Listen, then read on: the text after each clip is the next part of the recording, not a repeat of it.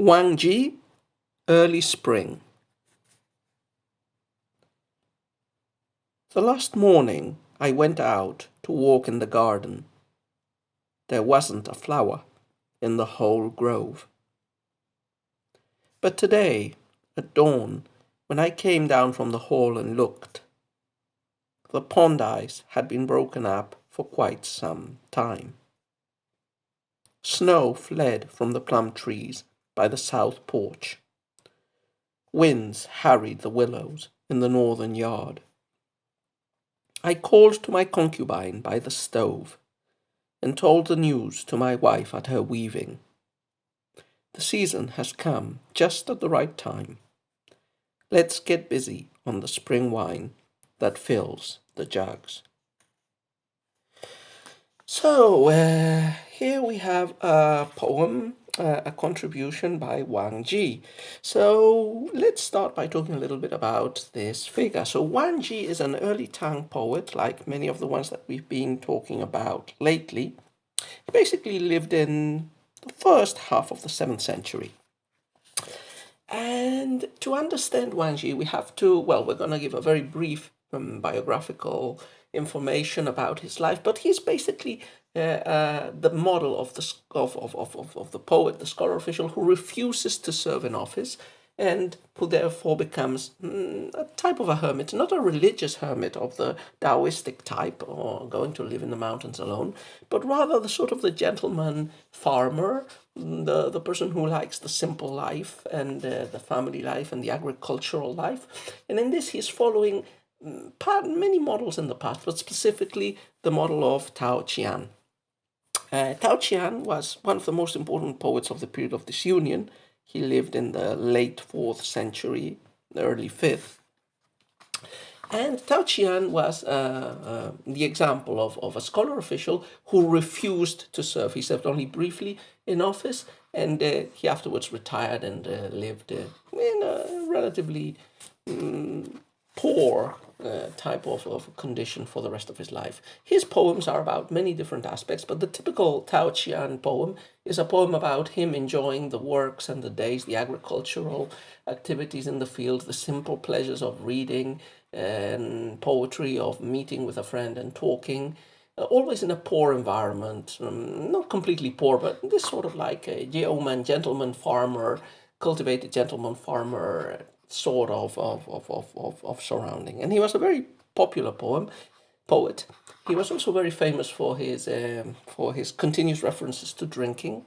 And drinking is not just an idle or a frivolous pleasure. It's generally associated, as we've talked a lot in classical Chinese poetry, with release from worldly realms and ties and constraints.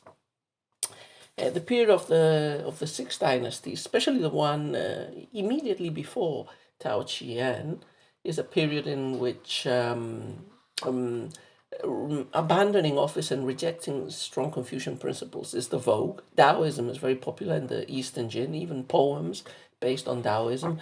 The hermetic themes that had already appeared in the Han appear even more conspicuously in, for example, the poetry of the sages of the Bamboo Grove, among them Ruanji, a poet we've talked a lot about, also who is very dark and obscure, but who can also be appreciated because of his desire to be rid from office. And Shikang, also a member of this group, famous for drinking and refusing to serve. So Wang is absorbing all of this previous tradition, and he is placing himself squarely in it. He is a poet that will follow the line of Tao Qian. You could describe him as an early Tang Tao Qian. He served in some very minor roles even before the Tang, during the Shui dynasty. In fact, his brother was an important figure of the Shui bureaucracy. And then during the Tang, he served very, very occasionally in very minor posts. His poetry, therefore, by harking back to this, not exactly hermetic, but more like this fields and gardens tradition that was inaugurated by Tao Qian of the gentleman farmer, his poetry evokes this sort of world and is an alternative, a very drastic alternative to the typical early Tang poetry that we've been commenting about. It's a poetry that is miles away from court poetry and its artificialness and decorativeness. His poems are generally simple in diction, direct in syntax, not too ornamental. They're like a fresh breeze, says Stephen Owen, in the rarefied atmosphere of contemporary court poetry. In fact, there is a book about him, which I haven't read yet, but I have in my shelves, which from the title describes him very well. A wild deer among soaring phoenixes. So here's the wild deer, the simple poem. The poem that we've read and that we're going to comment now represents this type of poetry very well. So it's the topic of the poem is the arrival of early spring, which is a pretty conventional, and even you could say a hackneyed theme in Chinese poetry in general, and even in court poetry in particular. But he manages to to develop it with a freshness, an apparent simplicity and genuine delight in the physical world that makes it stand out as opposed to the other high court poetry. He is a member of the opposition poetics, you could say, although instead of choosing the pedantic and dry way of the opposition poetics that some of the early Tang poets attempt, he chooses this rustic, rural sort of poetry. So early spring is about what it says, it's early spring, and it describes how the poet has perceived early spring arriving, how it surprises him, and how he goes and informs his family, and how he starts preparing for said spring. The poem is pentasyllabic. The lines are pentasyllabic, but it has 1, 2, 3, 4, 5 couplets. That's 10 lines, so it's not a regulated poem. Definitely not a Liu Xi in any way. It has some parallelism, especially as we will comment on the third couplet, a parallelism that wouldn't look out of place in a court banquet poem. It doesn't seem to be out of place here either, though. It's very well intertwined with the rest of the poem, I think. So let's take a look at it couplet by couplet. First couplet. The last morning I went out to walk in the garden. There wasn't a flower in the whole grove. So the poem is about early spring, so it's still stirring, it's still coming. And, the poem really locates itself in the first real sighting of spring, which will happen the next day after the first couplet. So the previous day, yesterday, it was still winter. Yeah? He went out in the morning, he walked in the garden, no flowers. Yeah? So it's still, don't know if there's snow, but it's definitely winter still. The flowers haven't opened yet. And the second couplet actually inverts what the first couplet has said. The first couplet locates us, so we know already from the title that it must be late winter, very early spring by the calendar. And yesterday there were still no flowers. What's going to happen today? The second couplet tells us. But today, at dawn, when I came down from the hall and looked, the pond ice had been broken up for quite some time. So flowers are still not referred to, but today he has come out and the ice of the pond has melted. So we might imagine that the previous day was cold and snowy, and even if it wasn't snowy, at least it was cold enough for the pond and the garden to be, frozen stiff. But today, the poet has come out, first clear sign of spring. Ice is melting. The pond is in a liquid state. And he says for quite some time. So it probably started breaking maybe in the previous days, afternoon, or all through the night. Third couplet, and this is the parallelistic one, and we continue with the descriptive. So this part is very descriptive. It describes what is seen. You could even divide this poem into the first three couplets, which are more descriptive of just what is being seen and perceived by Wang, and the next couplets, so the first three would be descriptive, and the last two would be more active they would have the reaction of the poet to the clear signs that spring has indeed finally arrived. So third couplet, which is the parallelistic one, the snows fled from the plum trees by the south porch. Winds harried the willows in the north yard. So you can see the parallelism very well even in this translation. Snow, winds fled, harry, plum tree, willow, south porch, north yard. So the parallelism is quite rigid in this line.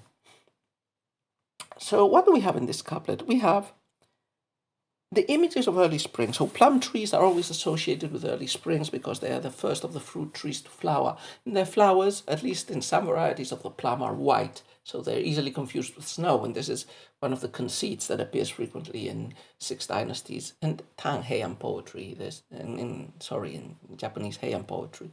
This idea of mitate, of elegant confusion, of seeing the snow on the plum trees or seeing the flowers and not knowing if there's snow or if they're petals. So we have the plum trees and we have the willows, which are also a symbol of spring. They start to sprout green leaves and catkins which flow around. So what's happening? The snow has fled from the plum trees. So no longer do we have snow on the plum trees. The snow has gone away. Presumably now or very soon we will have the beautiful petals of the plums, which appear before the leaves actually.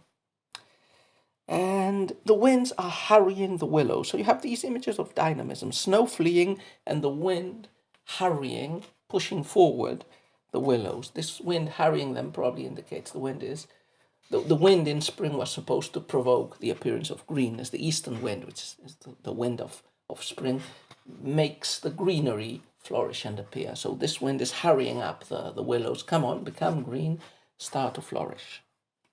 And this is all around the house. We get, because of the parallelism, the images of the southern porch and the northern yard, but we might suppose that this affects the whole of the farm. Okay, so this was the descriptive part. Wang goes out, he sees all these things, he sees the changes, and he perceives that spring has come again. What does he do? Well, as I said, this is what the next two couplets tell us.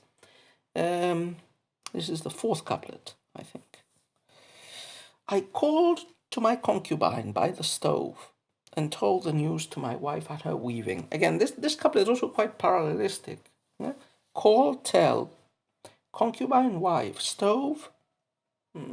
Probably weaving is the place that like the weaving loom or something like that, perhaps in the original. So after seeing this, the reaction of the poet is telling the family. And basically, the family is reduced in this parallelistic image to his wife and to his concubine. I mean, Wang Ji might have led a relatively humble life as in his farm with his family, but he's still a gentleman scholar.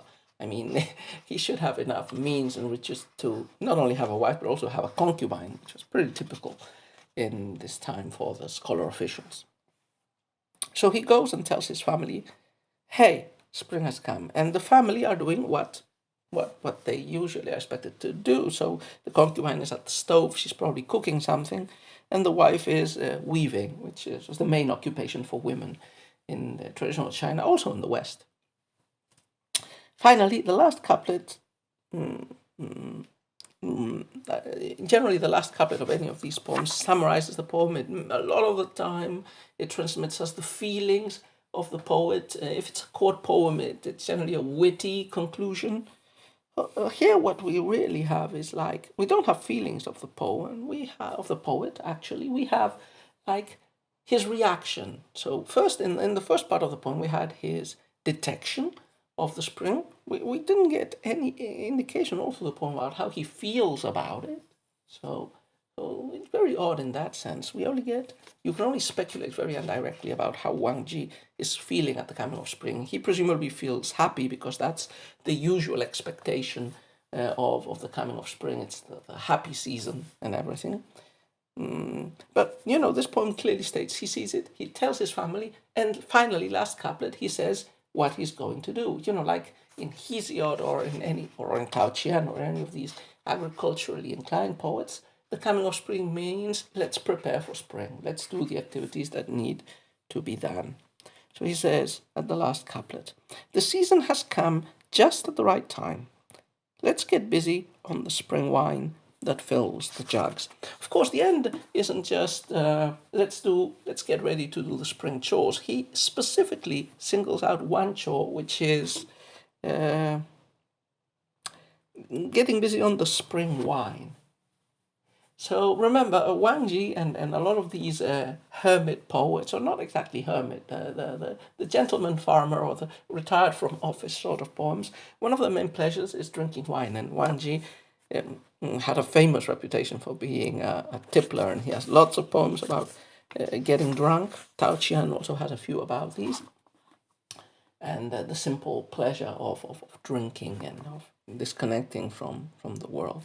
So this last image of let's get ready to drink, it connects the gentleman farmer also with the whole tradition of drinking wine as an escape from the worries and the concerns of this world, including social and political concerns, and also with conviviality, drinking with other people and enjoying their company. So, as I said, pretty simple, straightforward poem, at least in the translation, and very representative of this type of poetry, of which Wang Ji is the first Tang exemplar.